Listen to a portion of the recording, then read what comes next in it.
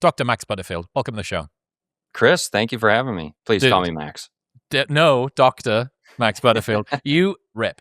I absolutely love your content. I think you're so fantastic. Oh, I really appreciate it. I am shocked every day when somebody tells me that because I'm nobody, you know.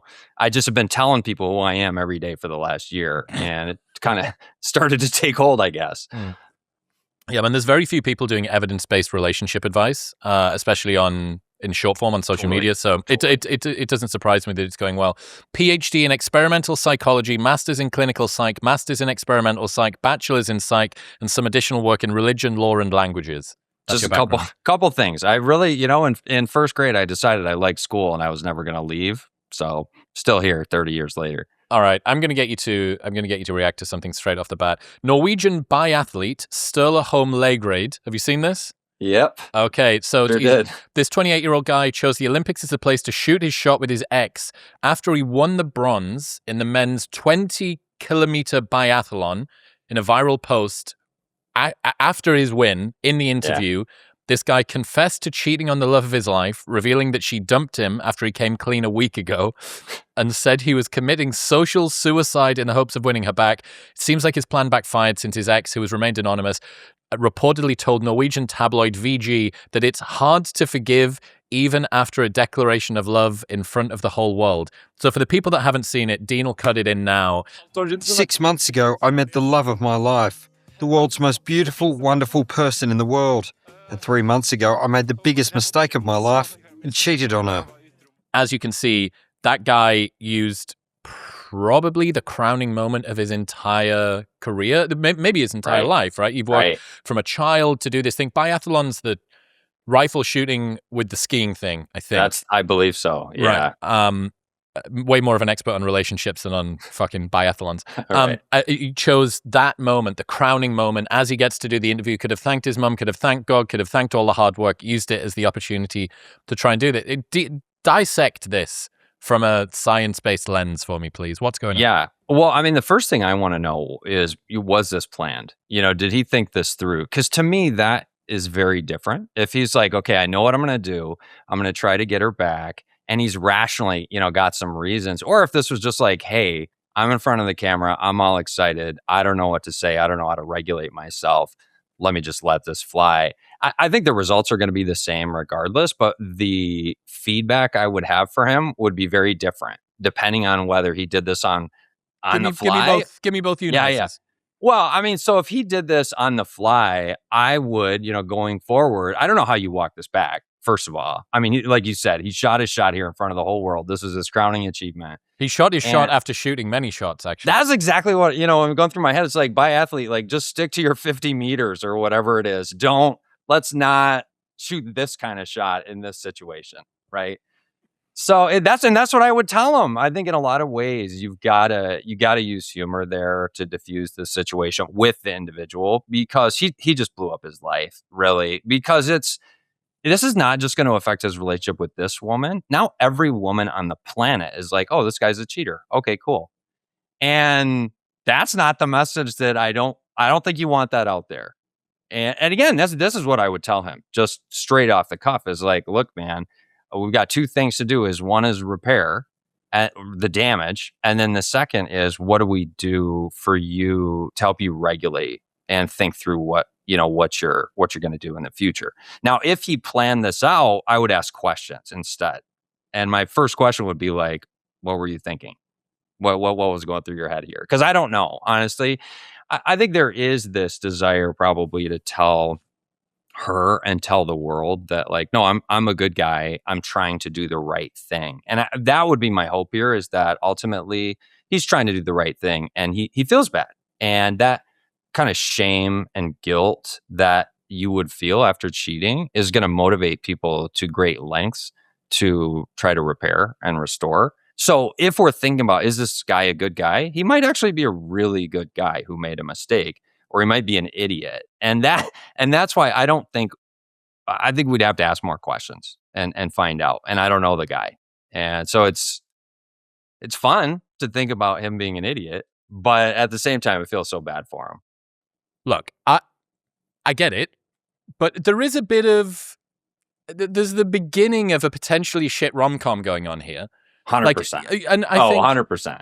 when we look at sort of the cliches in romance, especially romance films and stuff where there's a clumsy protagonist or a guy on the side and all the rest of it, it's strange how with the right lighting and a slightly better script, this could be the beginning, the crowning achievement of this guy's life, and he sort of lays down this accomplishment at the feet of this woman. I think one of the things that most people get skeptical around is if he'd used that opportunity to win her back after he'd broken up with her and said, I realized I made a mistake. Yeah.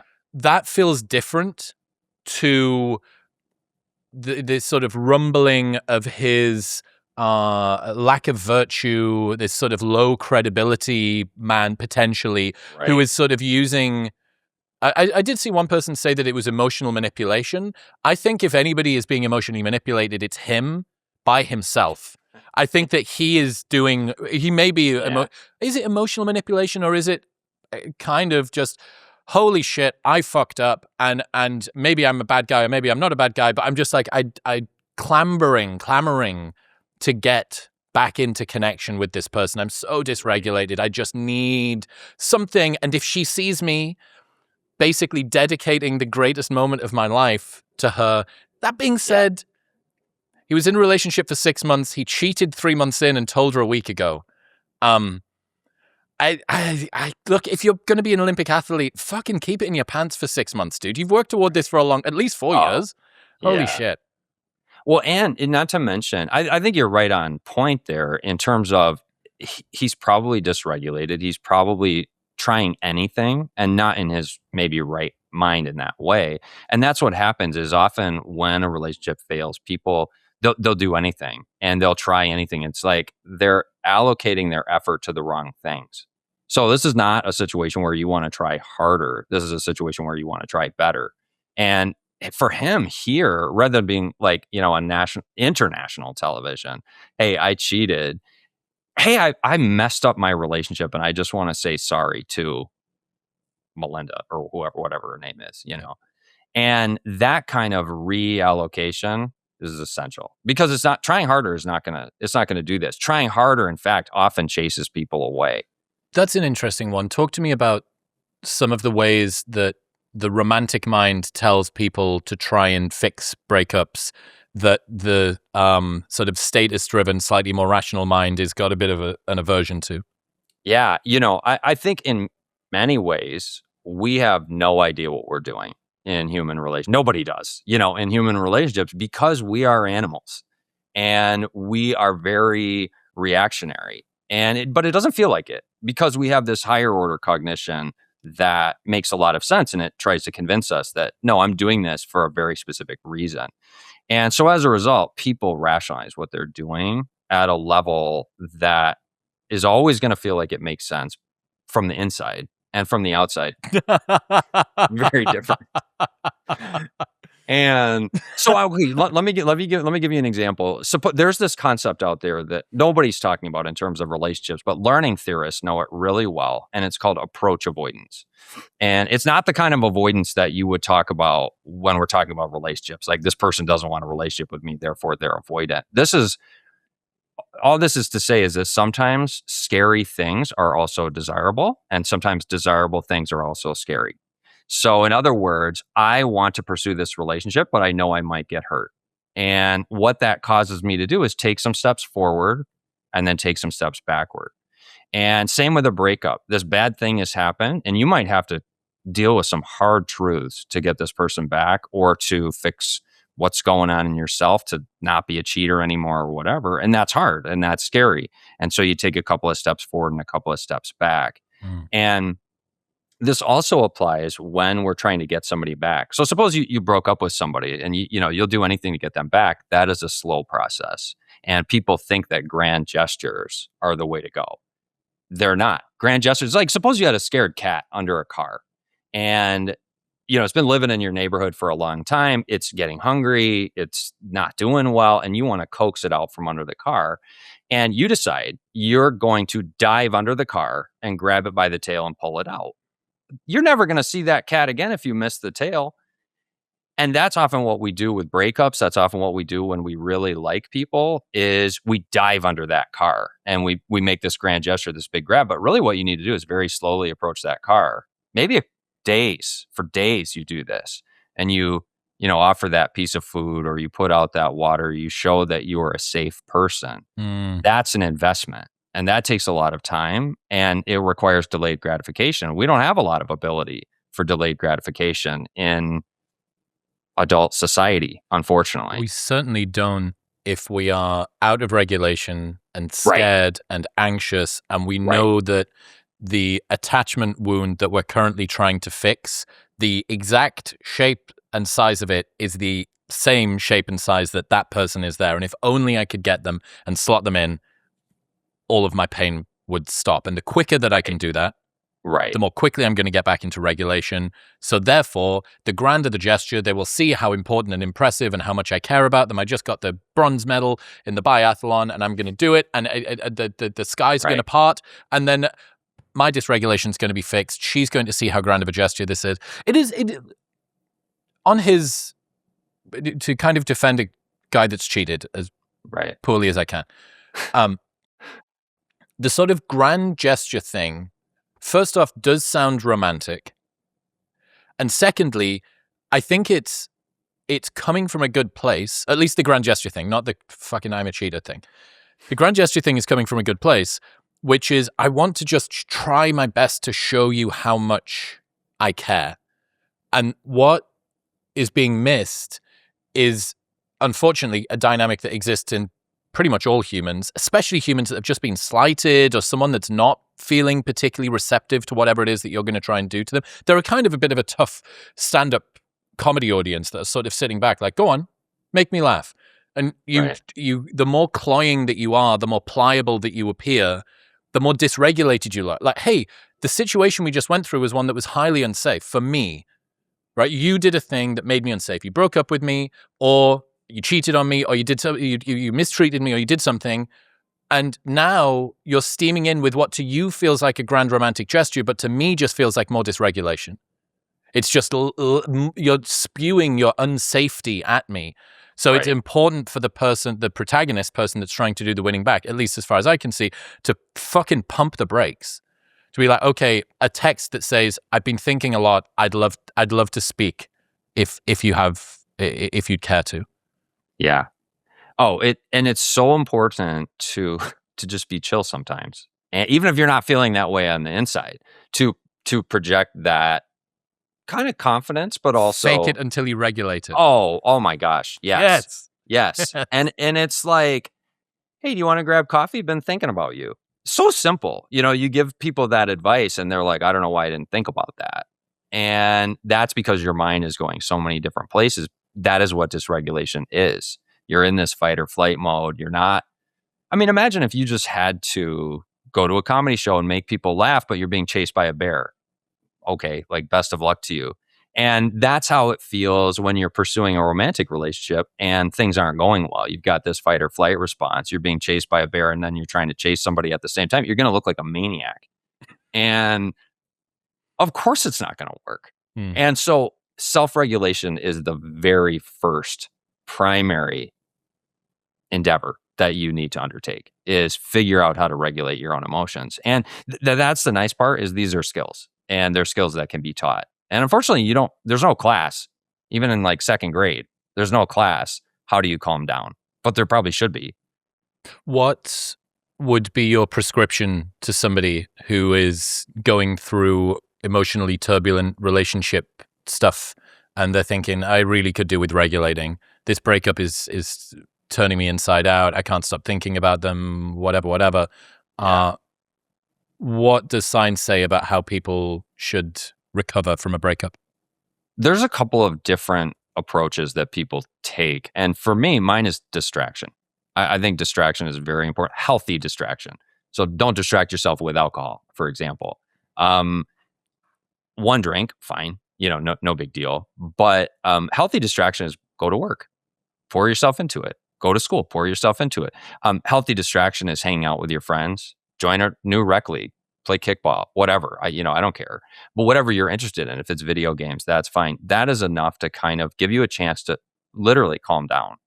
And you don't want to get lost in those things, but just having a couple of good nights where you sleep is really important. And so if you can tire yourself out by lifting heavy, by running long, whatever it is, playing soccer, and so you sleep as a result, your body's just going to start taking care of itself in ways that it just was unable to before.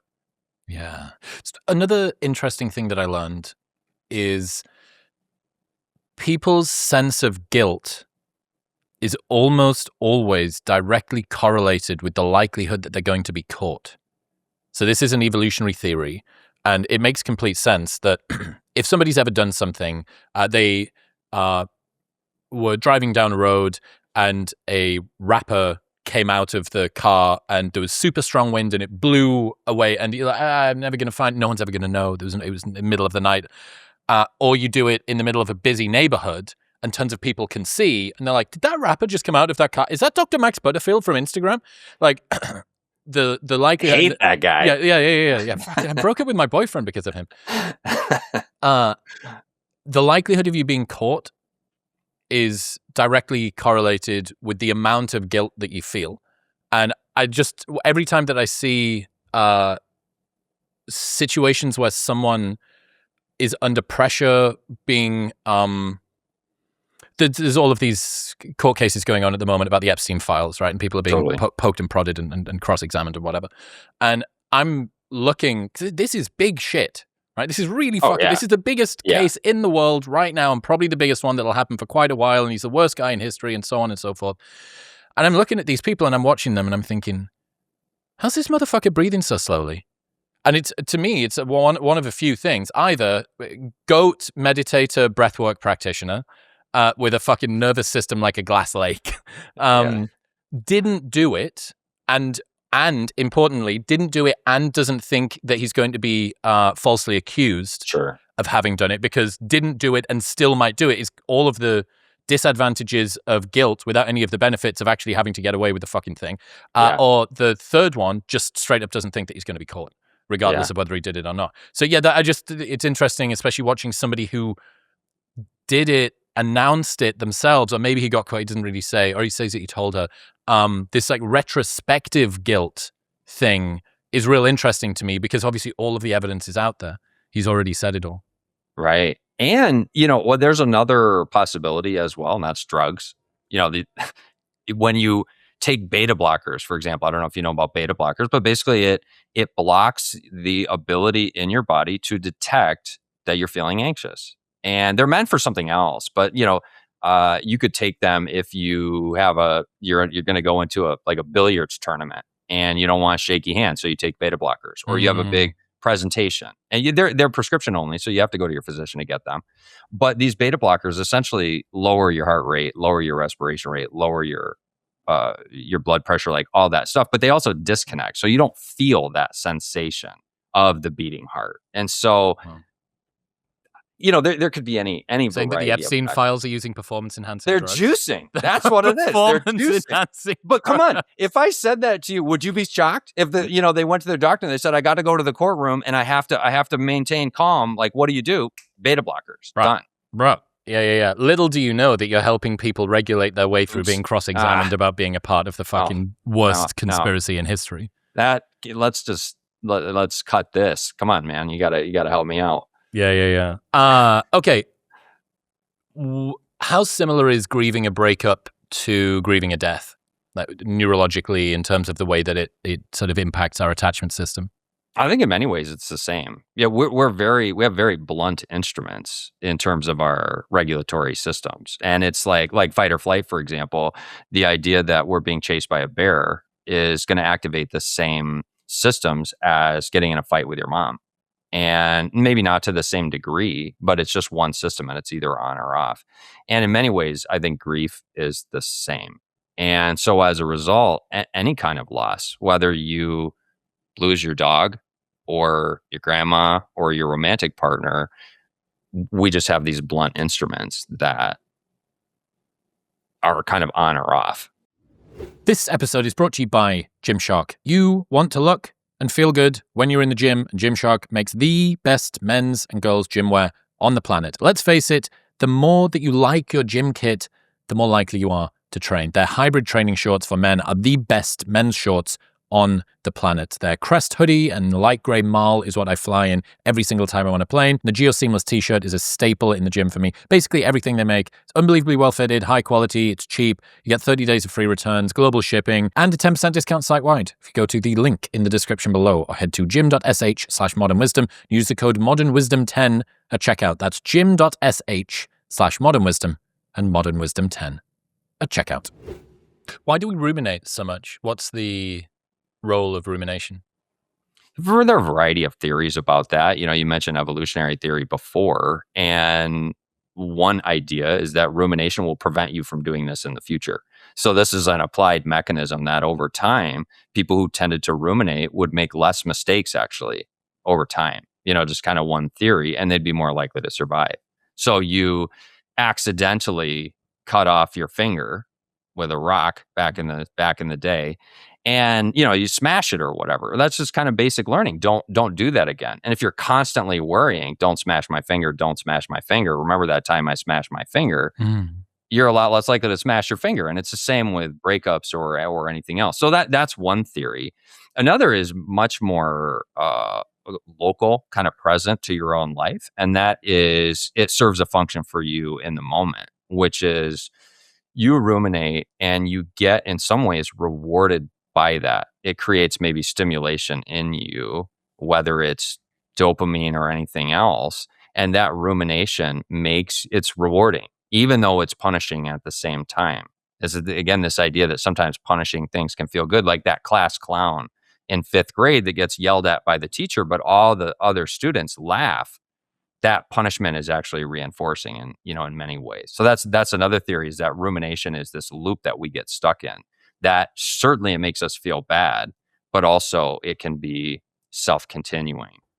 And so different people have different approaches to understanding it. For me, that's what I like to look at when I'm advising people is what function is this serving for you? And most people say, what are you talking about? That's not serving any function. And that's why it keeps happening, is because we don't have that insight that it actually is doing something. And that's what we have to get to the bottom of it. Rick Hansen has a podcast with his son Forrest called Being Well. And they did a full episode on rumination. And that was one of the things that I found so fascinating. He gets people to ask this question. What are you getting out of your rumination? What are you getting out of your, what is it that it's doing for you? And you're right. When you first think about that question, you go, what the fuck do you mean? If I could exorcise this out of me, if I could expunge it from myself, of course I would. I don't want to be thinking about this thing from the past, or this stupid sentence that I said at dinner last night, or how that person that I really like probably doesn't like me back and I'm worried that they don't, or whatever, that my girlfriend's going to find out that I cheated on her. But it is. And a couple of insights that I think at least hold a bit of water. One is that the human mind abhors uncertainty so much. Ambiguity and uncertainty are kind of one of the seats of like the germinators of anxiety. And if you've got ambiguity and uncertainty, you would rather imagine a catastrophe than deal with ambiguity. Because what happened, what is going to happen, what this means for the future, there is an open loop somewhere, and you're closing it, you're collapsing it down. But because we have a negativity bias, you're collapsing it down to perhaps a situation so bad that even the physics of the universe couldn't allow it to. Your fucking dead grandmother comes back and she sees that you cheated on your girlfriend, and then the entire universe. Well, I mean, this guy's managed to make the entire world see. You are collapsing down the superposition of all of the uncertainty into something. And it just goes to show how much humans abhor ambiguity and uncertainty, that we would rather imagine a catastrophe than deal with not knowing. I think that's a pretty cool insight. Well, and another element of this is that our brains are also cognitive misers. They want to take the path of least resistance. They want to do the thing that's the easiest. And so if you wear in a path, this is, very much kind of glossing over a lot of details, but if you wear in a path, that path is going to get used again, and it's going to get used again and again. And so if you ruminate once, you're a little more likely to ruminate again. And if you ruminate again, and you see where this is going. This isn't good. So if we have an evolved tendency to ruminate, and it can serve a function for us, and it's self-reinforcing just because of cognitive architecture, we're kind of doomed in a lot of ways once that rumination starts, unless there's intervention. And interventions, I mean, therapy can be helpful, but there are other interventions as well. Just, breaking your routine, going somewhere else, doing something else. It doesn't always have to be therapy. Therapy's good for some people. But for others, you can do this without, this serious kind of costly intervention. It's like, do something else. Think about something else. Yeah, it seems like you're suggesting that the content of your thoughts after a difficult period are pretty important, that if you want to get over whatever it is that's happening, giving yourself some fresh territory to inhabit. I really, really hate the way that if my partner's been on a night out, that I worry about them the next morning and whether I've got a text, or that every morning I wake up and I think about that girl and she hasn't texted me back or whatever. It's like, okay, well, maybe if you do something different, because your thoughts are attached to the patterns that you've been behaving, the fact that you get up and look at your phone straight away, or the fact that you get up and go to that part of the house in order to get breakfast. Well, maybe if you got up and went straight to a coffee shop, that pattern's already disrupted the way that you operate, and therefore it's going to disrupt the way that you think. Exactly. If you wake up and you check your phone instantly, put your phone somewhere else. Put it in the garage. Put it in the car before you go to bed. It doesn't have to be complicated. It just is switch things up a little bit. And I think people overcomplicate, especially people who tend to ruminate. They're like, well, there has to be a complicated complex solution. Right, allow me to ruminate about my rumination problem. No, exactly. And I think sometimes also just arguing with yourself, just chipping, you don't have to completely prove the rumination wrong, but just chipping away at it. I was talking to a guy a while back, and he was worried that this woman he broke up with was living her best life after they broke up. And he just had that thought, just kept popping into his head over and over and over again. Mm-hmm. And I said to him, how do you know she didn't step in gum today? He's like, I don't know. Maybe she did. Maybe she did. And that's all it takes is just a little bit of possibility. And you can do that to yourself. Just argue with yourself. And it's not, I don't want to say that there's just a simple solution. All you have to do is stop thinking that way. That's not it at all. It has to be very intentional. You actually have to take steps. Put your phone in the car, go out for breakfast, chip away. Maybe she did step in gum. And those things really add up over time. I love the idea of rumination being a teacher. And the reason that I like it is I think a lot of people have a problem with their first order emotions, right? Feeling sad. But it's really the second and third order emotions. It's their frustration at their sadness, and then their bitterness about their frustration about their sadness. But if you've got this infinite regress of self-flagellation about all of the bullshit that you've done or think that you've done or how you should have seen the thing that you were going to do, a nice way to work out, again, how is this serving you, even if it's an ultimate as opposed to a proximate outcome that we're playing with now from an evolutionary lens. What's cool is you go, oh, it's trying to keep me safe. It's trying to teach me something. I went through this very difficult, painful situation, and it's making me think about it.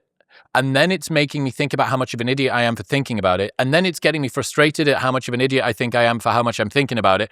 And all of this is just trying to marshal defenses to make sure that I'm safe and make sure that my life goes well moving forward. So thank you, many million-year-old programming, for trying to keep me safe. And I think it at least helps to, it's a solvent that helps to dissolve a little bit of the judgment that people have around that stuff. That kind of self-judgment is so prevalent. And I really envy the people who don't think, who just can turn it off and go for that run, or turn it off and just watch TV, or, whatever it is that they do. Because that's not me. And I think most people find themselves really harshly judging, not just what they've done, but especially what they haven't done, what they could have done as an alternative. And there's a lot of new research out there about, and we do some of this in our research lab, about the difference between compassion and self-compassion. And what's really interesting is suppose you cheat, and like this guy, and he should feel guilty for that. Don't get me wrong. He should feel very guilty about that. But that being said, it's much easier for me to say, you know what? Everybody makes mistakes. Move on. Don't mention it at the Olympics again next time. But to forgive yourself is often much more difficult. So there's this disparity that researchers have been targeting recently. Why is it that it's easy to know when to apply compassion to someone else's life? And in our own case, we have a lot of guilt and shame about what we could have done or what we didn't do or what we should have done differently. And that creates problems downstream. How do you advise people to develop more self-compassion? It's such the cutting edge of research that there is not a good intervention right now. There's this researcher named Kristen Neff who is kind of the guru of this. And one of the things she shows is that kind of like writing a letter to yourself as you would to a friend can be really helpful. Even just writing a letter to a friend, advising them if they were in the same situation, here's what you should do. So a lot of it has to do with self-reflection and just being aware of this fact that we're treating ourselves differently than other people. But truly, researchers are looking for interventions as we speak. We're doing it in our lab as well because it's such a prevalent problem that only recently has been identified. Very cool. Talk to me about high rejection sensitivity. I had an inclination about this, but I'd never heard it as a formal term before I started looking at your work. Yeah. So rejection sensitivity is basically, do you like rejection or not? And most people don't. So it's normal not to like it, but how much does it affect you downstream? And some people, what happens is they are so sensitive to being rejected that they see signs of it even when they haven't been rejected at all. So you send me a text and I don't respond instantly. If you were high in rejection sensitivity, it's, oh, he hates me. And probably he never wants to talk to me again. And you know what? I'm never going to talk to him again. I'll show him. And so what that does is it creates these turbulent social environments where you are now seeing, it's a lens that you see rejection everywhere. Even when it's just ambiguous, sometimes people don't text right back. And so rejection sensitivity has been associated with neurodivergence in some ways. So you will occasionally see it in people with autism or people with ADHD. You'll see it in people with personality disorders at a much higher rate. And the reason why isn't necessarily because it's causing those disorders, but it's part of a constellation of behaviors and kind of just ways of living and lenses of viewing the world. Talk to me about some of the ways that you wish more men and women knew how to signal interest. Because I think this is something I'm seeing more of online now. Maybe this is kind of the progeny of a post-Me Too world where men have been taught not only that no means no, but that anything short of a really, really obvious hell yeah is probably get the fuck away from me. Right. And they don't want to make women feel uncomfortable and they don't want to blow through boundaries that aren't there and they're scared of being a part of some Me Too and they're just good people generally. So I'm seeing more. There was a video of a girl talking about how in New York, women are stealing finance bros' salads. I've seen that. Yeah, absolutely. There's a girl walking through Central Park with like pretty big boobs and no bra on, saying like, no, my skin's glowing and no guy's going to come up and talk to me. There's another one of a girl walking in a maxi dress, this party dress down the street, and the caption's something like, I can't wait to go out and have no guy come up to me at the bar. What do you wish more men and women knew about how to signal interest? Yeah, it's much simpler than you would imagine. You don't need tricks. The easiest way to do it is say, hey, you're cute or whatever. I don't know what people say. Normal people, human beings, you can say whatever. You can say, hey, I like you. Or, hey, that's a killer boots. That is a great phrase. Not super dangerous. That's the danger, I think, with flirting and signaling interest is that you can go too far. You can absolutely go overboard. And commenting on people's bodies, for example, don't do that. Commenting on their clothes is body adjacent. And so that can be dangerous as well. Like body adjacent. Yeah, it really is. It's like, oh, that top is pretty tight, huh? Like yeah. And so you do have to be careful. Flirting by its very nature is ambiguous. That's why it's good. People have lost the ability in many ways to flirt not because of Me Too, but because I think people took flirting a little too far in the workplace, in schools. And as a result, we had to teach them, okay, stop doing that. Stop commenting on people's bodies. That's not welcome in some cases. But I think that's why being forthright is helpful, but it's hard because you have to put yourself out there. Whereas with flirting, it's like, oh, maybe I like you, maybe I don't. So you can't reject me if I haven't actually signaled that I like you. But I feel like this has been going on a really long time. I had a moment when I was teaching a class probably 8 years ago. And this was when apps were, they were, I wouldn't say the dominant form of dating apps of finding people, but they had become much more prevalent than they used to be. And there was this guy who I really liked in class, a student, and I had him for a couple courses, and he had gotten a text from a girl, and he didn't know how to respond. And there were in class probably 15 people giving him advice on what to text back at once. And my reaction was, in my head, was, oh no, like they're debating things that are so basic. They're in their head so much, they don't have a chance, these poor kids. And so I think we have to get back to the basics in many ways. And it's very difficult on social media. It's very difficult through text because you don't have that back and forth. If I tell you a joke in person, I tease you a little bit, that's much more obvious. But if I send a text, it's like, was he being sarcastic? Was that, what did he mean by that? And those were all the questions that they were debating back and forth. Like, how do I respond to that? So part of it is just the limitations in the way we communicate. In other news, Shopify powers 10% of all e-commerce companies in the United States. They are the driving force behind Gymshark, Skims, Alo, and Newtonic, which is why I partnered with them. Because when it comes to converting browsers into buyers, they are best in class. Their checkout is 36% better on average compared to other leading commerce platforms. And with ShopPay, you can boost conversions by up to 50%. They've got award-winning support there to help you every step of the way. Look, you are not going into business to learn how to code or build a website or do back-end inventory management. Shopify takes care of all of that and allows you to focus on the job that you came here to do, which is designing and selling an awesome product. Upgrade your business and get the same checkout that I use with Newtonic on Shopify. Right now, you can sign up for a $1 per month trial period by going to the link in the description below or heading to shopify.com/modernwisdom, all lowercase. That's shopify.com/modernwisdom to upgrade your selling today. Crowdsourcing or crowdfunding your text back to someone in a relationship. I mean, now people would just use ChatGPT. You've seen that South Park episode, right? Where all of the guys outsource their texts to their girlfriends to ChatGPT, and all of their girlfriends are having such a lovely time. And the guy's like, how is she so? And then they realize that it's because everyone's fucking outsourced it to an LLM. Right. You mentioned people's outfits. What does science say about why women dress up? There's a lot of back and forth about that. And, there's arguments from the evolutionary psych side, cultural psych, maybe personality, a variety of things. All that to say, I don't think science says anything. I think people have theories. I think there's evidence in one way or another. But in my opinion, the evidence that's most persuasive is that it depends. And depends on the context. So in many cases, women dress up to impress each other more so than to impress men.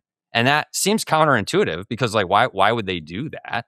But there are a lot of reasons why you might want to do that. Women have a social hierarchy in the same way that men do, and they don't want their mate to get poached. And so you have to show not just a man that you're an attractive person, you have to show other women, like, don't mess with me, you're wasting your time.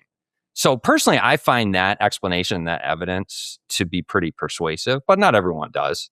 Yeah, it's an interesting one. I mean, I've seen so many different studies. There was a great one that I learned about from not Joyce Benenson or Candice Blake, not Corey Clark, someone else. One of the evolutionary psychology ladies taught me this great study where they had a protagonist. This what do they call the person that's the actor in a study? What's it called? Typically, I don't know, actually. I usually use Target. I use Target and actor personally. Okay, well, whoever that is. one version of the study, same woman twice. One version of the study, she's wearing quite revealing clothing. Second version of the study, she's wearing pretty covered up clothing. And two people who think they're about to go into the study are waiting outside. The classic "it's begun before you think it's begun" thing. Right. The protagonist goes up, asks them for directions, and then they did vocal analysis, sort of micro expression tracking, body language changes and stuff. And the same woman in much more conservative clothing, that sort of quite kind and pass her on the way, or just say whatever. I don't think they know where they need to send her in any case. And then in the other version of it, there's sort of this, like this sort of look up and down, and then, did you see what she was? No. So I don't think, I mean, guys might notice the fact that she was more revealing, but I don't think that it would be from the clothes. I don't think that they're paying as much attention. I think this is the thing that women don't understand about what guys notice about women. Right. I mean, there was that great study you talked about. What was that study to do with Armani suits? Yeah, it's a classic study in just this idea that there is competition, intrasexual competition among women and between each other.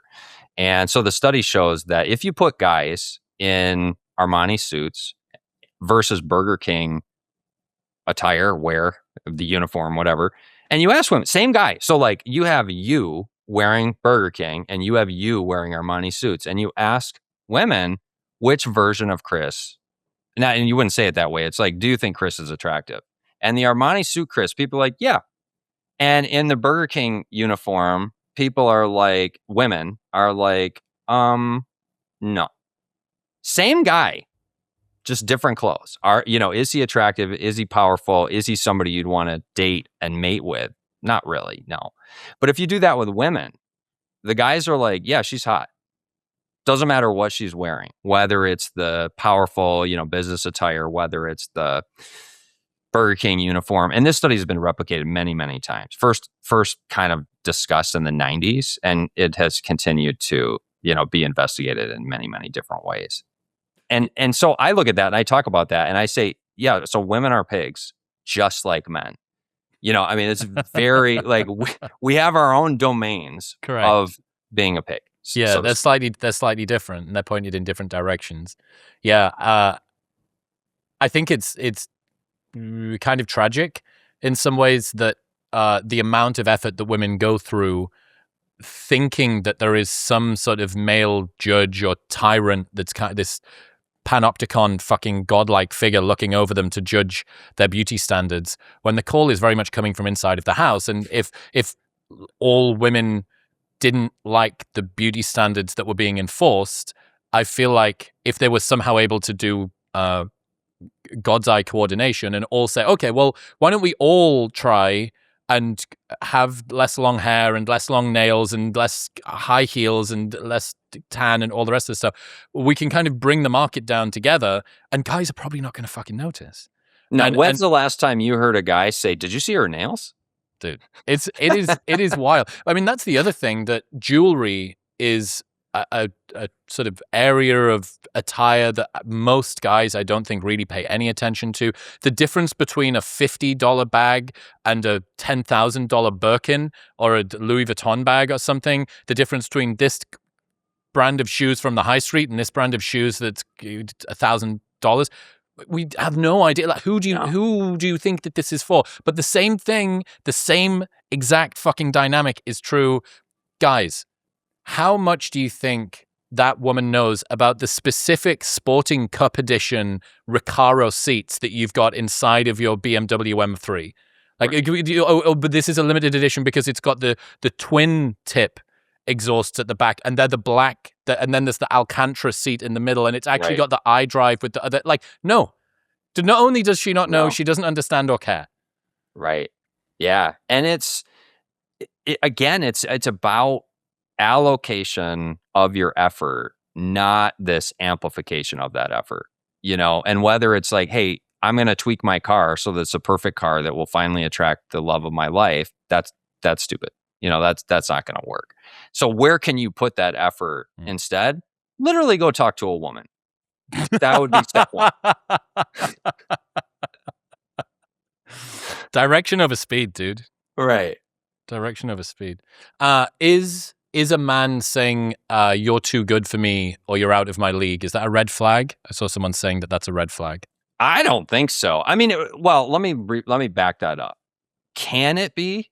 Yes, but not out of context. You have to consider, why is he saying that? So if you give that as blanket advice, no, that is not a red flag. It could be a green flag. It could indicate humility.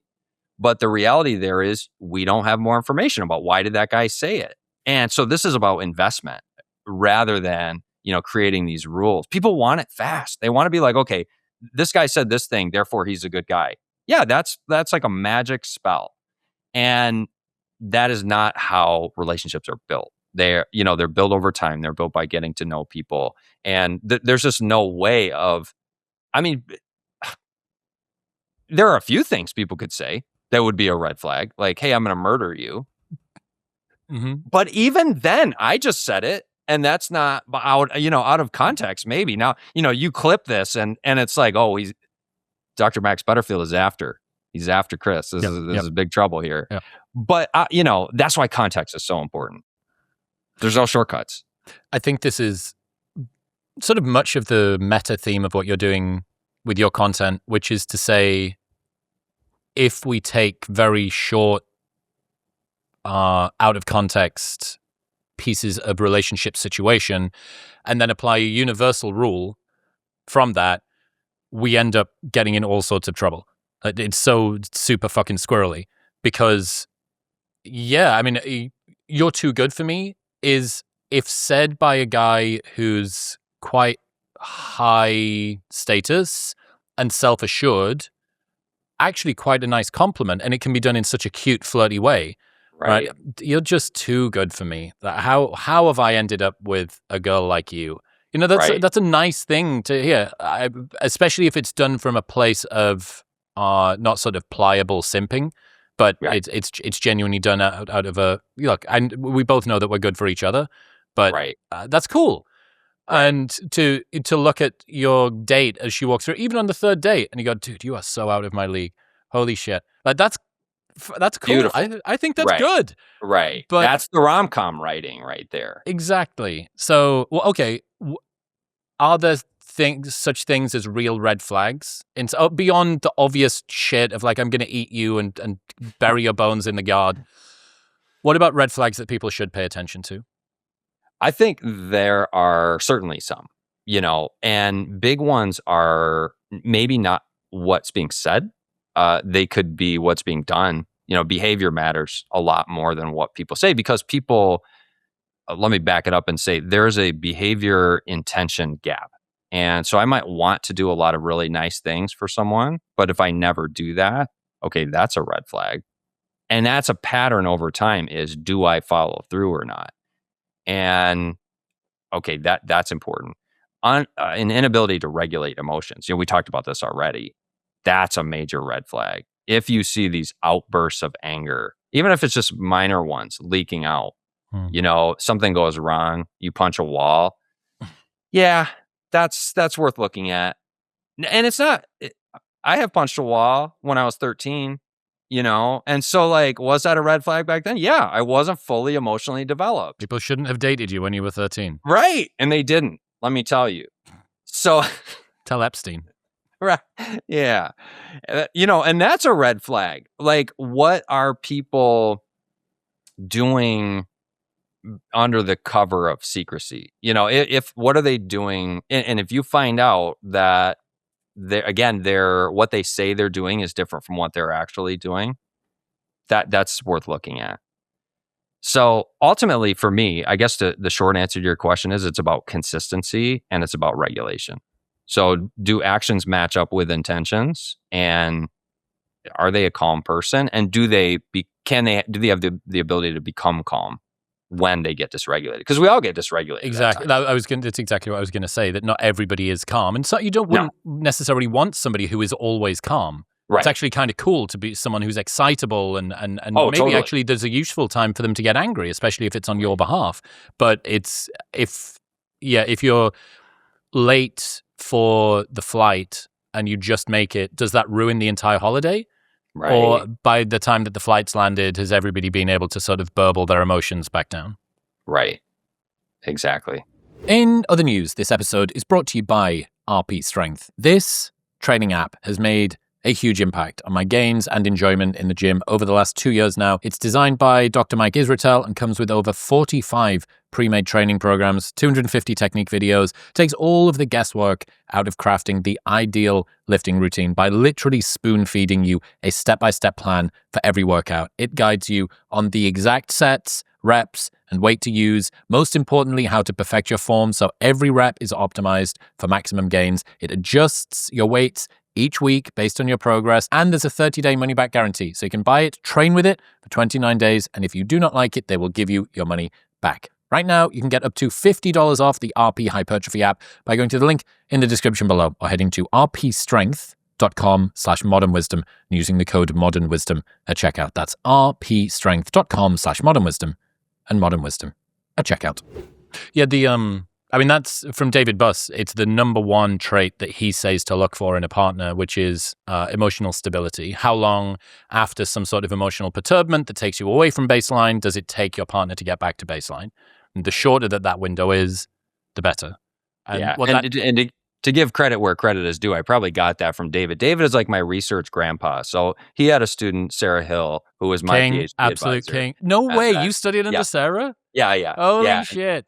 Yeah, so, so it's that classic lineage. I spoke at her HBEST symposium 2 years ago. Did you? Yep.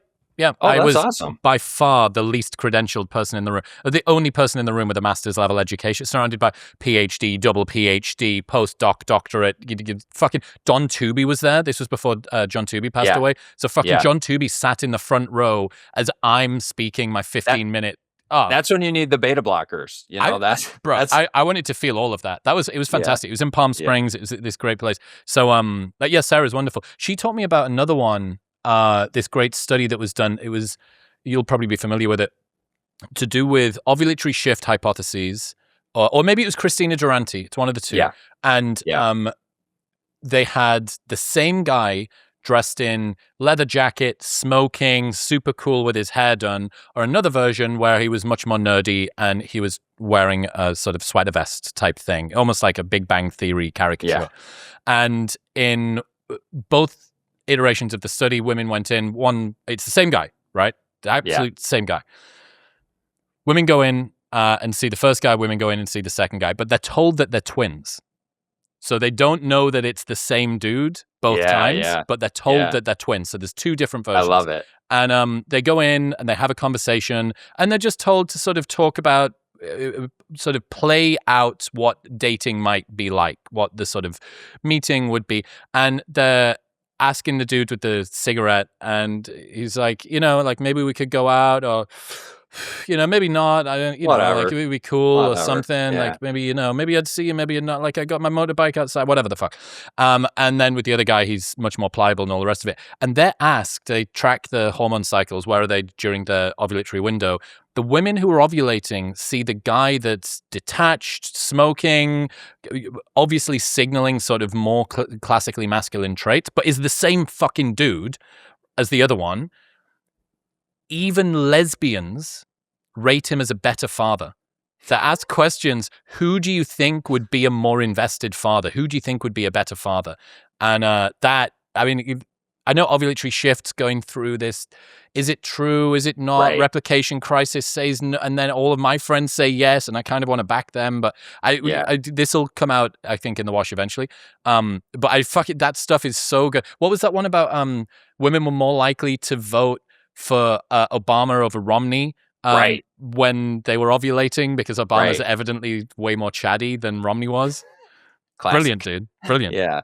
Well, and that's what I really like about the evolutionary approach is that, whether these studies turn out to replicate or not, they drive very interesting hypotheses. And that for me is where I'm always trying to look for hypotheses that are supported by theory and evidence. And so what's the mechanism is the question that I have in my head all the time. If that would work, what would the mechanism be and how can we target that through the research? And psychology as a whole. So, my degree, some of my degrees are in experimental psych, but social psych is truly my area. And social psych is kind of theory loose. And what I mean by that is if you read a social psych textbook, it's like a butterfly collection. It's like, oh, look at that one. Oh, that one's got blue wings. Look, a tiny one.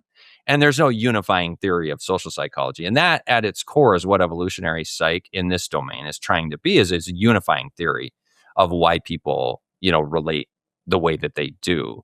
And it does some things really well. And then there are some things we haven't quite figured out yet. And that's why I take an eclectic approach myself, just because I think it's more like a Swiss Army knife, offers a little more utility rather than this butcher knife that's just kind of like chopping things. I think more and more people are. That's not to say, I don't know, because I've done pretty much every big EP researcher on the planet. I'm sure there's some out there that I haven't been on yet, but I'll get around to you. I've lots and lots and lots and lots of them. And I'm yet to see somebody who is completely unwavering in their, it is like adaptation, explanation, or die. Right. Like that's it. There usually is some give. But that being said, there's people like Candice Blake or Mac and Murphy, who's sort of human behavioral ecology, and they're sort of trying to couch it in a broader sense of what's happening in the local environment right now and how we're adapting to that. There's that really great study around the environmental security hypothesis. Have you seen this one? Yes. So the men prefer bigger women when the economy is doing badly, and men prefer thinner women when the economy is doing well. Because they know where the food is. Correct. Yeah, and they did the study on students in the mess hall or whatever of their halls of residence, and people before they'd eaten wanted the bigger women, and people after they'd eaten wanted the thinner women. And you can track this. You could do a tracking of the state of the economy and the pin-up women of the era, and it's crossed over, which is pretty interesting. So I like that. There's a few. I get a little bit squirrely with some of the relationship science stuff. It's nice, but it seems to have less explanatory depth. But the social psych stuff, Rob Henderson has got some of that, a ton of that in his lineage. So are you familiar with Tai Tashiro's work? Did you ever come across his stuff? Some. Yeah, so he has some. He has these 3 traits. I'd be interested to know your thoughts on these. So he's got conscientious, three green flags that most people should generally prioritize on finding in a partner. Yeah. Conscientiousness. So I think he calls it thoughtfulness, but what he means is conscientiousness. Sure. Do you pay attention? Are you sort of reliable? Can you get things done? Have you got agency? Do you care about the partner, and have you got the ability to make that caring happen? Second one is agreeable. So somebody who is yes and, not no but, typically doesn't make everything into a fight or a disagreement, tends to be supportive as opposed to sort of conflict. And then the third one is at most moderate openness. He says you don't want too much openness, because then you get into the realm of somebody who's got a wandering eye. They're kind of unpredictable. It's very hard to lock in a routine. They're going to want to go polyamorous in 15 years' time when the kids are a little bit older, when you definitely don't. But you also don't want no openness, because then you've got no adventure in your life, and nothing is ever going to change. So what do you think of that? We've got conscientiousness, we've got agreeableness, we've got sort of moderate openness as generally prioritized traits for people in relationships. Yeah. What immediately strikes me is that sounds great for me in my life where I am right now. And I also know if you ask this question to my college students, my 20-year-olds, they might want much higher openness, and they might actually prefer less conscientiousness. Because I don't want this guy or this girl that's just focused on school. I want somebody that wants to have fun. And so that's what I would add to this is it's great to have these rules, guidelines. However, personality traits, especially the big 5, those 3, they vary throughout the lifespan. People are not aware of this. That personality changes, actually. And that's why I have a beef. I'll tell you, I have a beef with personality in general, because it's very situation specific. I always ask this in my class when I teach personality. I say, how many people in here are liars? And one kid will raise his hand. Now, it's always a little startling to get that, admission. But most people are like, no, I'm not a liar. And then I say, how many people lie? Everybody raises their hand. What is personality then? What is the point if it varies from situation to situation and it doesn't describe what people are actually doing? So all that to say, I think those traits are high quality traits, but I also think they vary so much situationally that it's really hard to assess. And they vary over time so much that it might not be what you want tomorrow, and it might not be what you want in 30 years.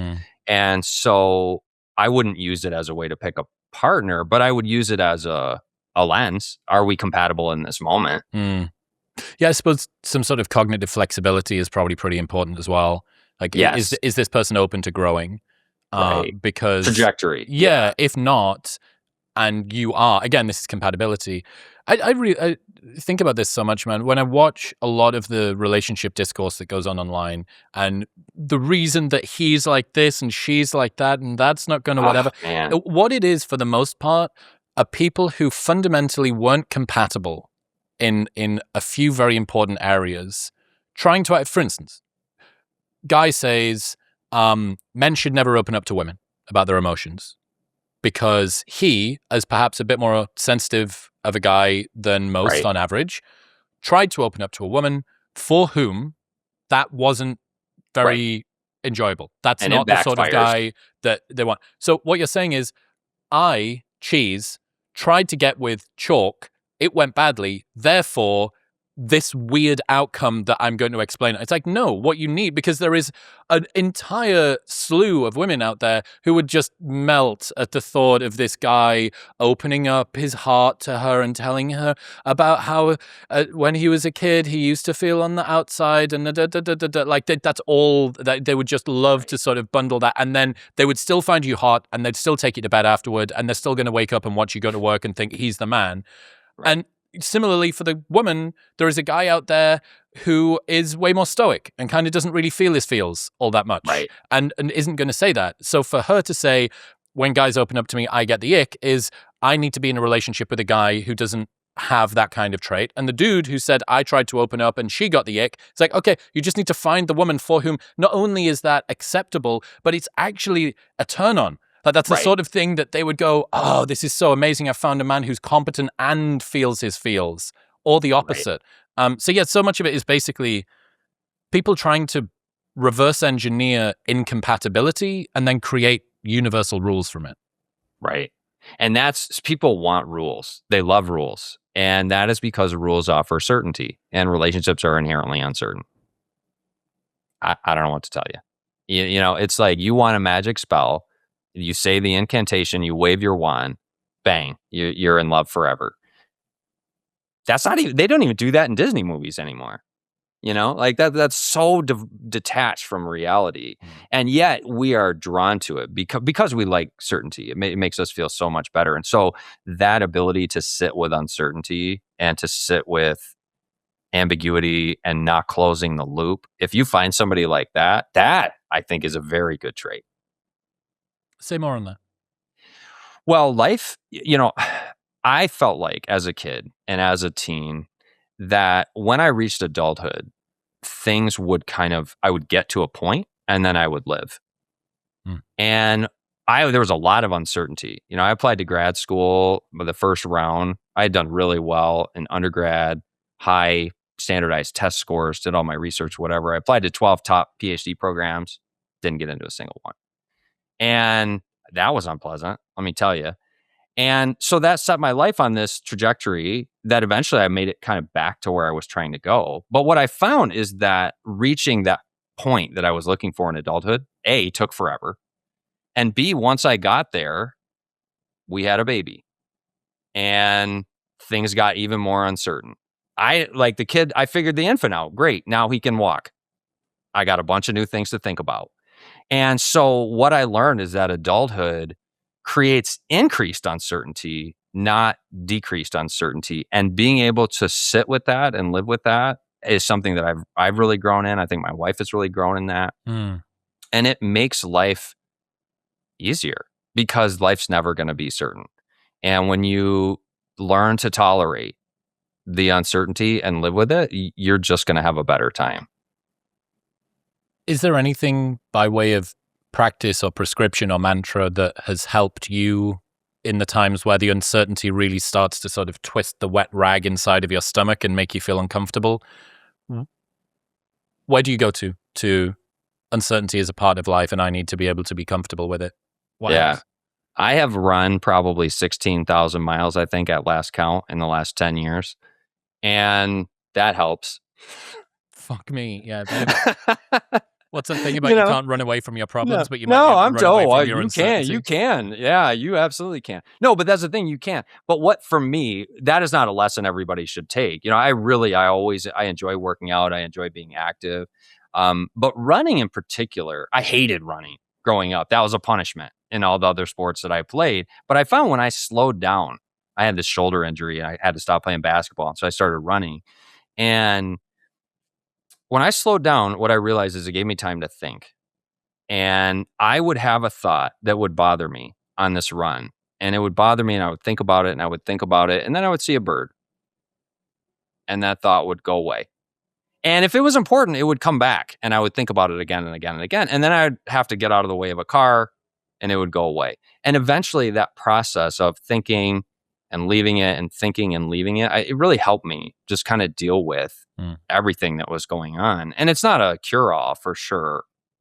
But in many ways, that was a meditative practice. I hate meditation, but running is a meditative practice for me. That's the same. And- How many people, my housemate George is every morning, the yard pool outside, I come downstairs and he's 45 minutes into a 60-minute meditation. Because for him, he's just found the button that he can press. Yeah. And for you, that would sound more like torture. Alex O'Connor, Douglas Murray, two British friends of mine, both of them, Sam Harris has tried to teach them live to meditate. This guy teaches probably millions of people that have got his app. Yeah. And they got a custom, in-person, live meditation thing. And they would have rather stuck pins through their fingers. Oh, me too. Exactly the same. Than done that. They would have rather fought Sam Harris in Brazilian Jiu-Jitsu than been taught to try and fucking meditate by him. So yeah, again, this is what I like is there are generally accepted principles that are probably better and worse for your life, but there are no universal rules that work for everybody. Right. And so just getting that experience and learning what works for you is going to require some trial and error. And the biggest mistake I would say that people make is trying something, having it not work, and then not trying anything else. Or feeling like you can't try because you don't want to quit. For me, I have quit everything. You read the intro when I came in, and it's like, yeah, I did a master's degree in clinical psych. I did not like being a therapist, so I quit. I studied in seminary. I hated it, so I quit. I quit football in 7th grade, since I'm confessing everything. Coach yelled at me one too many times. Yep. Once. And that was enough. But that being said, quitting football allowed me to focus on other sports that I cared a lot about. And so if you don't try things, you're never going to, especially as you get older in life, you're never going to figure out what works for you, what clicks. So never be afraid to quit. An interesting blend that people have. I think there's some evidence that suggests people who make changes are happier than people who don't. Should I move to a new city or not? And people are worried about which city is the most optimal one. Am I going to be more happy in this one or not, or whatever? And maybe there is an imbalance with where the city is, or the tax, or the weather, or the whatever. But people who make changes tend to be more happy. And also, over time, our openness to experience seems to go down. Typically, people become more closed. Their openness to experience dips as they get older throughout life. And also, the only way that you can find out if a solution is right for you is to try it. And also, we are praising a lot of the time the stick with it muscle, the stick with it ability, that you shouldn't give up on this thing because if you push through, there is something good on the other side. Right. All of these are traits, especially as you get older, that suggest, well, maybe trying something new, maybe don't completely quit your job, maybe don't entirely leave your relationship, but perhaps have a look on LinkedIn and see if there's anything else out there. Perhaps journal a little bit about why you're not super fired up in your current relationship. Perhaps have a little look on Zillow or Rightmove at what the sort of property prices would be like to move to this different city that you're thinking about. Just little steps. And you go, oh, wow, I go to a different coffee shop. I don't wake up and ruminate. I don't check my phone immediately and ruminate. And this is one of the reasons, kind of like a psychological spring clean, I suppose, that you can do regularly to just pattern interrupt the bullshit that you're sort of locked into. I'm going to try running. That Dr. Max guy ran and everyone's got part of a run club. I'm going to, maybe they've got some wisdom. I'll give it a try. I think there's something to it. And increasingly over time, like a sniper has to sort of adjust the sights on his rifle if there's wind, that wind is going to blow more as you get older. and the wind is going to actually blow in the direction of being closed and not being open. Right. So you need to account for that even further if you want to maintain that level of sort of novelty and intrigue and get out of your local maximas. What's a global maxima that I could maybe get to by trying something new? And it's so important to invest in the things that give a good return. And sometimes you need to invest in a new, you have to recognize like, this is not giving me a good return. Like what you were saying, I have to try something else because this isn't working for me. And in many ways that applies for people as well. Invest in the people that invest in you, rather than trying to insert yourself into somebody's life. If they don't want you in their life, like, yeah, okay, take that as a signal that you don't have to cut them out of yours, but at the same time, know that it's going to be a lot harder to take that path than it is to invest in somebody who is going to be there for you. Before we continue, I am a massive fan of reducing your alcohol intake, but historically, non-alcoholic brews taste like ass. You don't need to be doing some big reset. Maybe you just want to crack a cold one without feeling like garbage the next morning, which is why I am such a huge fan of Athletic Brewing Co. They've got 50 types of NAs, including IPAs, Goldens, and even limited releases like a cocktail-inspired Paloma and Moscow Mule. And here's the thing, you can drink them anytime. Late nights, early mornings, watching sports, playing sports, doesn't matter. No hangover, no compromise. And that is why I partnered with them. You can find Athletic Brewing Co.'s best-selling lineup at grocery or liquor stores near you, or, best option, get a full variety pack of 4 flavors shipped right to your door. Right now, you can get 15% off your first online order by going to the link in the description below or heading to athleticbrewing.com/modernwisdom. That's athleticbrewing.com/modernwisdom. Yeah, it's so cool to think about how we can step into our own programming. It's one of my favorite things.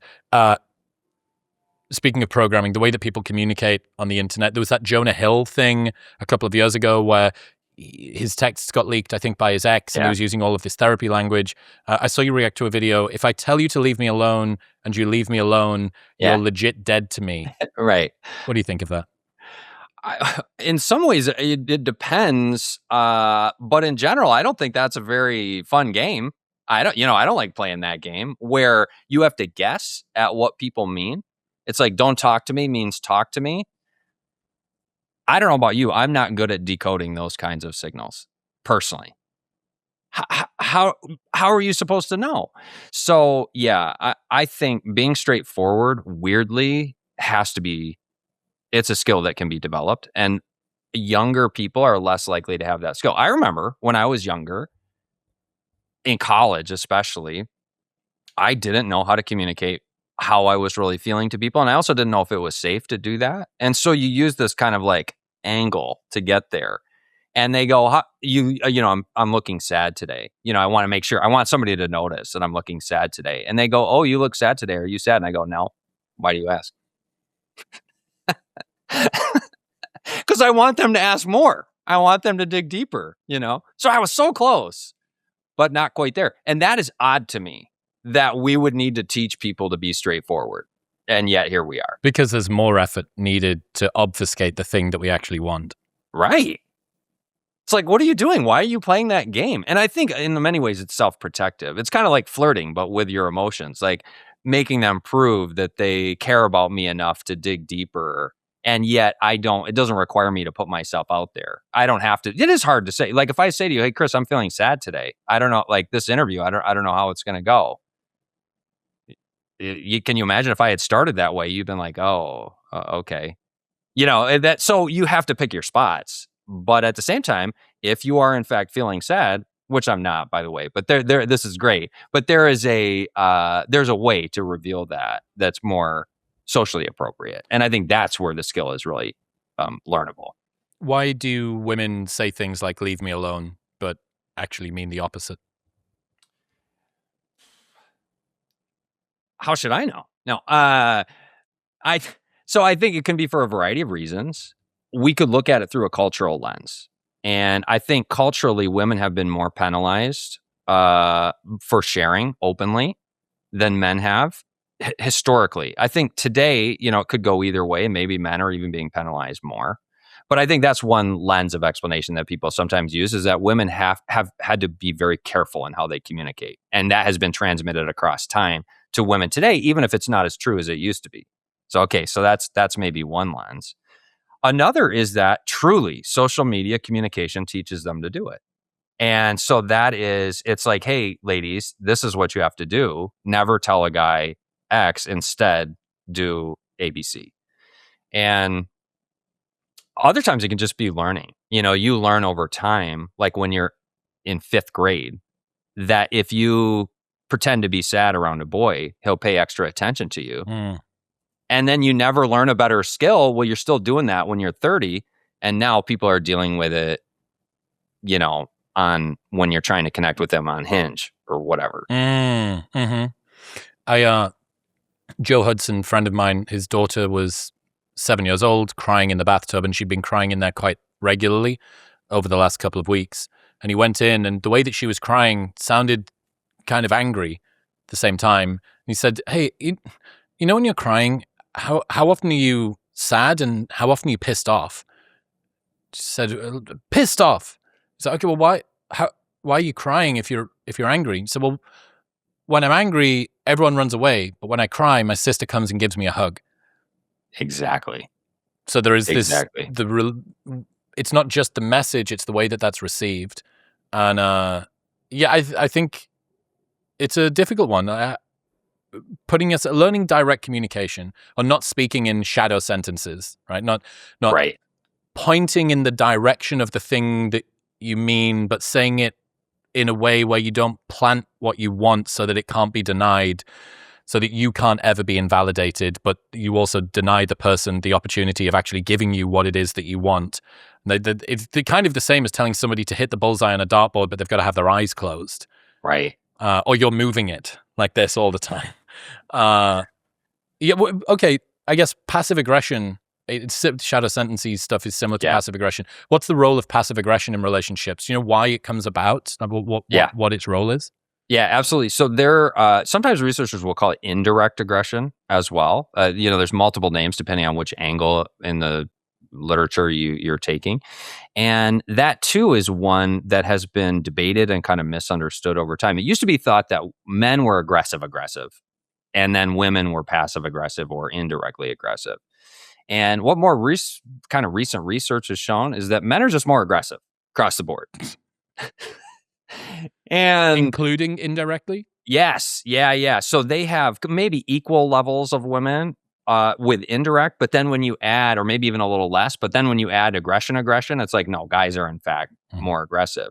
But women, I think, are more, I wouldn't say it's rewarded. It's more socially appropriate for women to be indirectly aggressive typically. And it's also less dangerous.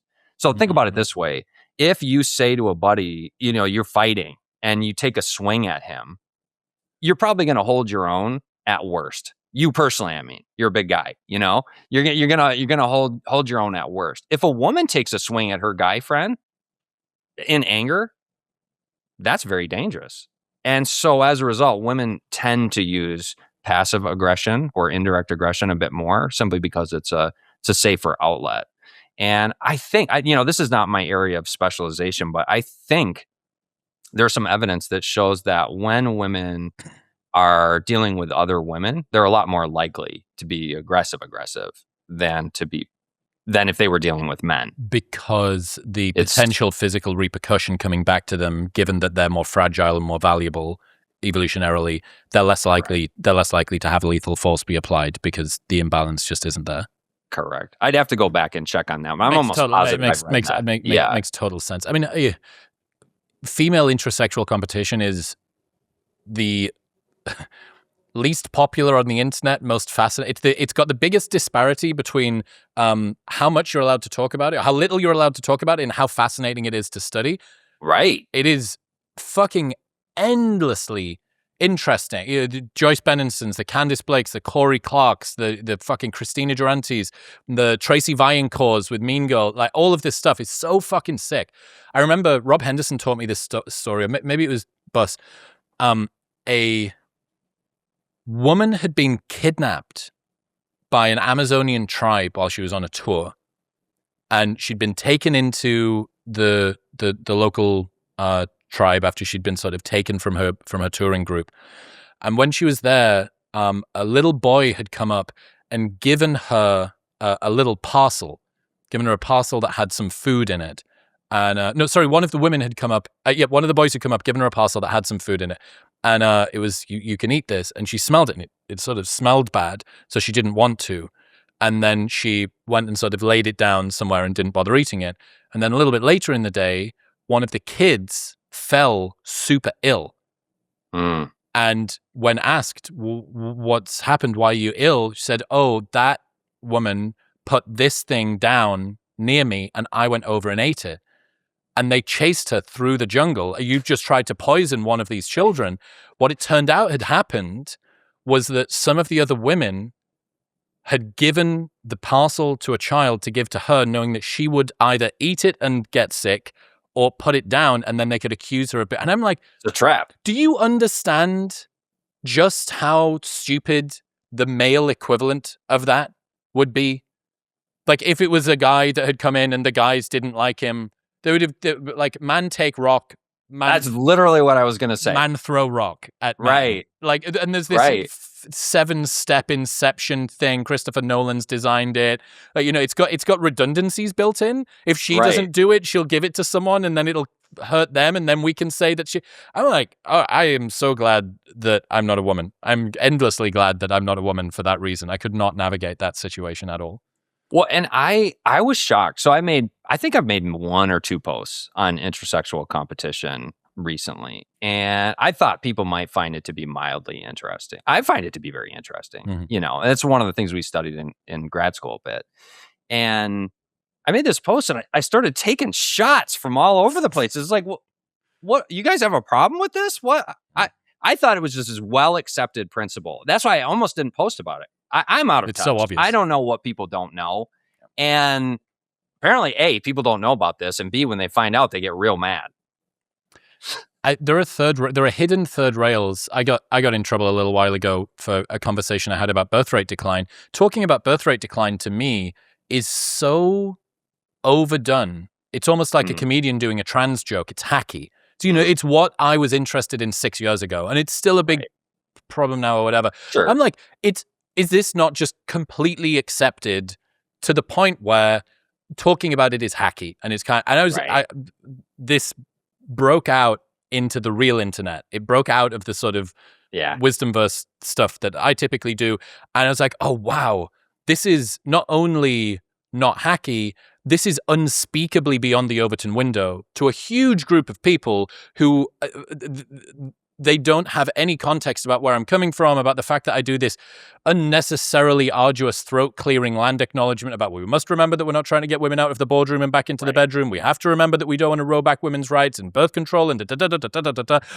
And now that we've said that, allow me to talk about how the only data that we have from the WHO or from census is the total fertility per woman. Like, we don't have the data around men. So whenever we're talking about this, we're talking about women. I go on Tucker Carlson's podcast, and I was accused of being riddled with feminist lies and infected with blue-pilled thinking. And then I went and had another conversation a month later and was accused of being a right-wing misogynist. I'm like, hey, guys, if I can say the same shit in 2 different places and be unspeakably on the wrong side in opposite directions, and that's the intrasexual competition thing. But the best argument, and this is another Rob Henderson one, when he sort of pushes back against people who say have skepticism around female intrasexual competition being as powerful as we say it is, the opposite of that is that women are non-agentic.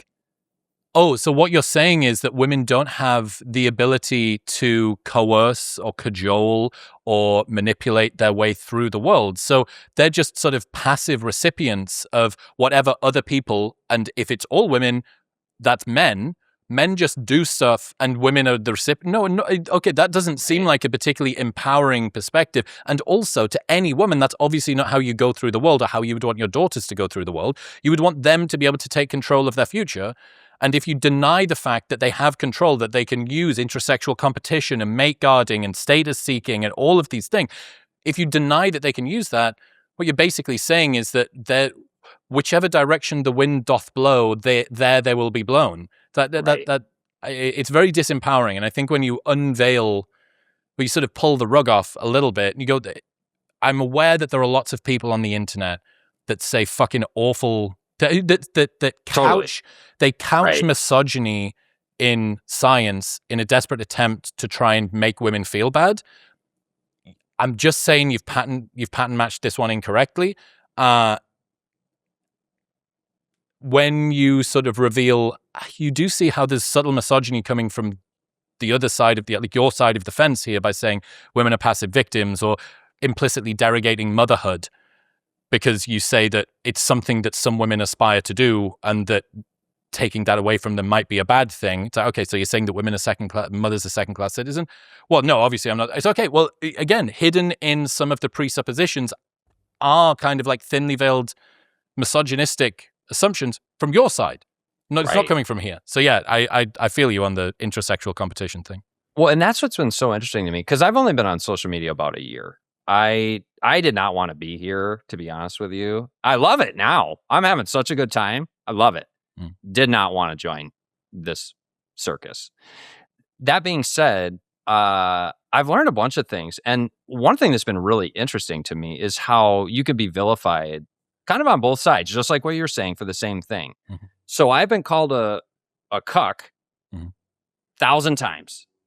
And then I get called a red pill incel 1,000 times. And I'm neither of those things, to be honest with you. You know, like it should be clear that I'm just trying to call balls and strikes. And people don't like that. Yeah. They don't like to be told that their favorite thing is wrong, even if it's very wrong.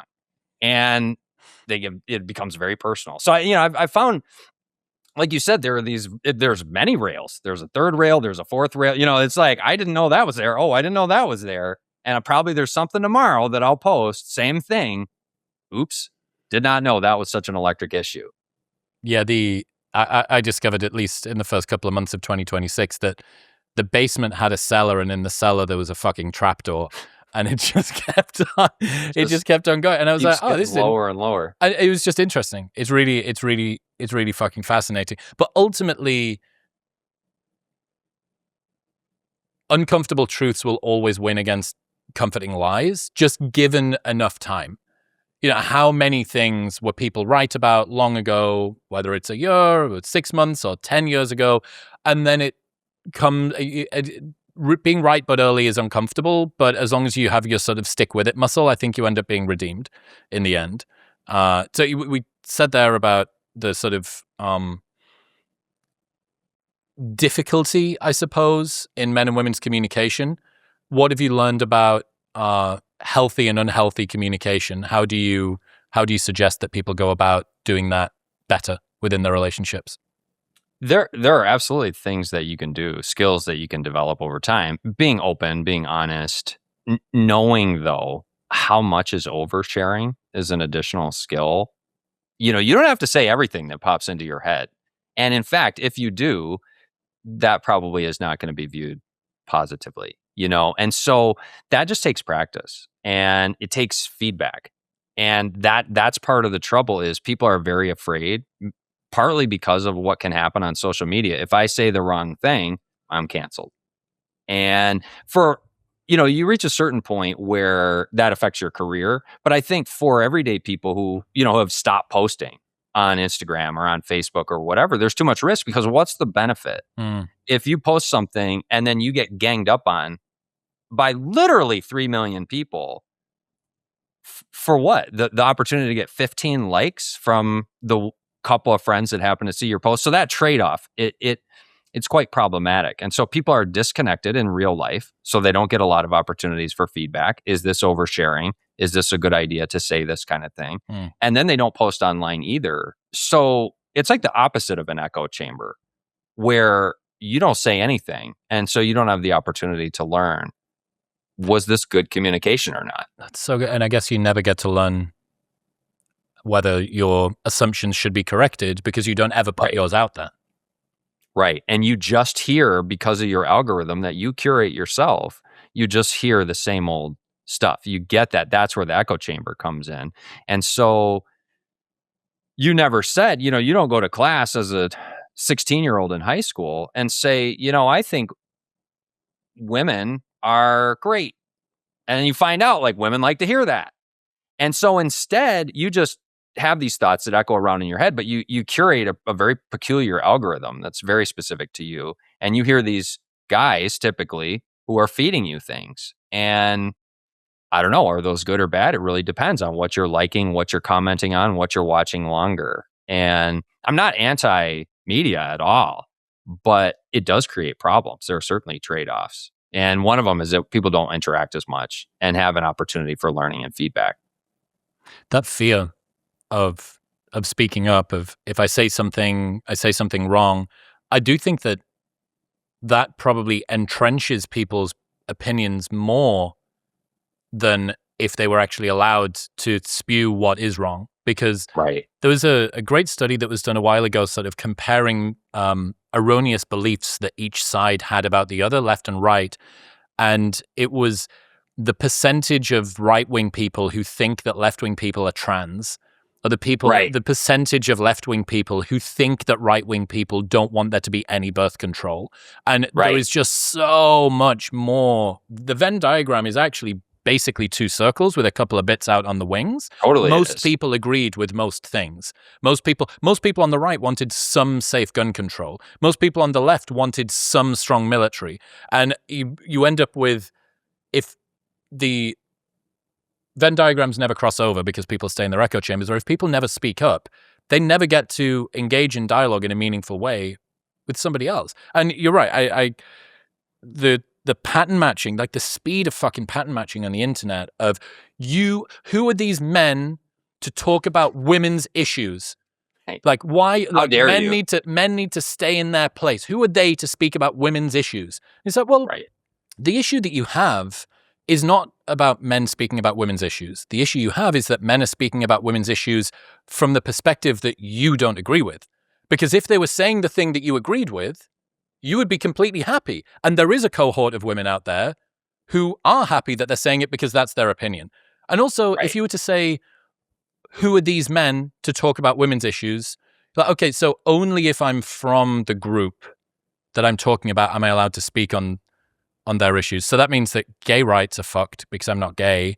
And I'm afraid that the soldiers on the front lines of the Ukraine war, I'm not Ukrainian or Russian, so I have nothing to contribute there. Palestine, that's also ruined. I'm not a dog, so the RSPCA is... I'm not a child, so the NSPCC, that's gone. I'm not a whale, so the Save the Whales Project, that's also fucked. Like, because people are so quick to find an enemy on the internet and say, you are the guy that's doing this wrong and I know your true intentions.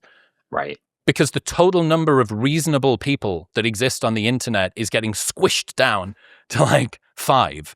Like, they're not the ones who comment. They don't care. They like the post or they watch it and they move on. But the ones who comment are the people who are angry, typically, or the people who are your biggest supporters. And so in the comment sections, you see those two edges. Polarity. Yeah. Right, exactly. Yeah. And the problem with that is that it causes people to dig their heels in more.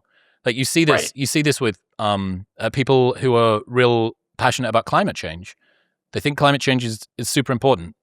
So they plant this flag in the ground and they say, this is important, and nobody listens. Or maybe people mock them or people say that they shouldn't be doing it. So they shout louder because people aren't listening. So what do you do when someone's not listening? You make the signal greater. You make the amplitude greater. And people still not listening, so they go louder. And then eventually, the first that somebody sees of you, well-meaning, calm climate campaigner person 10 years ago, is you gluing yourself to the M25 in London because you're shouting so loudly now that superglue is the only vehicle through which you can get your message across. Right. And this is where I think I've managed to go through the entirety of 1,060 episodes without sort of actively calling anybody out. Mm-hmm. Because for me, this game of fucking paddle that you play, where it just increases the size of the ball and the velocity each time that you hit it, I don't think that's particularly constructive. And it's definitely not productive. No. And I think it's a really admirable thing to call out ideas rather than calling out people, because ideas can be wrong, ideas can be debated, people can be wrong, and people can be debated, but so often it turns personal, and it's like, you are the type of person who, and that is where the conversation ceases to be a conversation anymore. It's just people yelling at each other. Well, you're no longer discussing the idea and this person. Allow me, Max, I appreciate that you've got this perspective on ovulatory shift, but I think that you're mistaken here, as opposed to, we really know what you mean. We know what you mean by that, and it's that you're saying that you've lost all credibility. Yeah. We know you're the type of person who ... Exactly. And it's like, no. And there are lots and lots of people out there for whom that is true. And the more, again, you were talking about it before, sort of the open, honest communication. Wouldn't that be great? Wouldn't that be lovely for more people to do? Fuck me, wouldn't that be lovely for the internet to do? Like, that would be so great if people just said what they meant. I remember I saw this tweet a while ago that was breaking down the fact that passive aggression and sort of sardonic, standoffish language is the language of Twitter. And it's that you see two people going back and forth, trading insults or whatever, and one person goes, lol, when what they actually mean is, fuck you. But no one ever 100%. says, fuck you, because that would show that you got to me or that you crossed a line. So everybody's in this weird, like, Christopher Hitchens sardonic, sarcastic ivory tower thing where they're doing this cooler than cool, because nobody actually wants to show their true colors on the internet. And that means that if you do, somebody doesn't take your message for what it is. They take your message as the shadow of the thing that you really meant to say. Whoa. If that's what he's saying publicly, imagine what he's saying privately. Like the same thing. I'm saying the same thing. But I'm aware that that's a rarity online. Well, and the other part of that is sometimes you do, and you say things you might regret in the heat of the moment. And then that gets screenshotted and saved forever. And now you are that guy that did that one thing. And that, I think that limits people's even attempts to communicate, for good and for bad. But I think that shuts down the average person as well. And it inhibits people from playing with ideas and from speaking freely, because I think about it every day, to be honest with you. It's like every day I wake up, is today the day that this post that I have scheduled is the one that gets me in, that does me in. And so I check every day, it's like, okay, oh no, it's fine. Don't worry about it. My digital ghost of me is still alive. Fantastic. Right. No, exactly. And so I would probably say not that I would say crazy things, but I'd be a lot more playful. I would try things out. And so that's kind of problematic just for society, in that we are becoming much more pigeonholed, and we're pigeonholing ourselves in our lane, whatever that might be. And there's not as much crossover. There's not as much creativity. There are some benefits for people not saying crazy things. Don't get me wrong. Because there's pressure from the outside that if you do say something that's beyond the pale, you'll get found out for it. Right.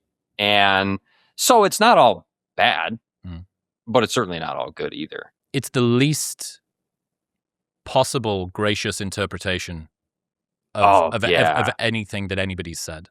Yeah. And I have to convince myself to do that in my daily life, not even on the internet. But, I get this email and I'm like, okay, I don't like that.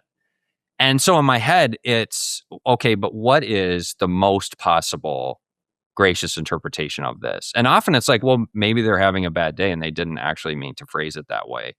And I certainly have bad days and send the wrong wording. So why can't I extend that possibility to other people as well? Well, it takes extra effort. And sometimes that's the simple reason why we don't do that. But I do personally, I try to make an effort to do that, because so often our mind leaps to, they hate me. That's why they did that. They're a bad person. Yeah, this sort of reductive, two-dimensional view. Dr. Max Butterfield, ladies and gentlemen. Max, you fucking rule, dude. Thank you. What can I do? Have a think. If there's anything that I can do, if there's any intros you need or signal boosts that you need, you've got me for whatever it is that you want. Man, within reason. Of course. I really appreciate it. Right now I'm trying to grow my email list, drmaxbutterfield.com. Just put your email in there. And I'm got big plans. Some I can't really talk about publicly yet. You kind of know how that goes. I've got some things in the works. So sign up for the email list and find out what that secret is. But Heck yeah, dude. yeah. I want to fly you out to Austin as soon as I've got this new studio done. I need to get you in. We need to sit down and talk more. So once that's ready, I'd love to bring you out. Everyone should follow you on Instagram as well. What's your IG? Dr. Max Butterfield. Dude, you're great. I'm looking forward to seeing what you make. Awesome. Thank you so much. It was a blast. This was a great conversation. Fuck yeah. Congratulations. You made it to the end of an episode. Your brain has not been completely destroyed by the internet just yet. Here's another one that you should watch. Go on.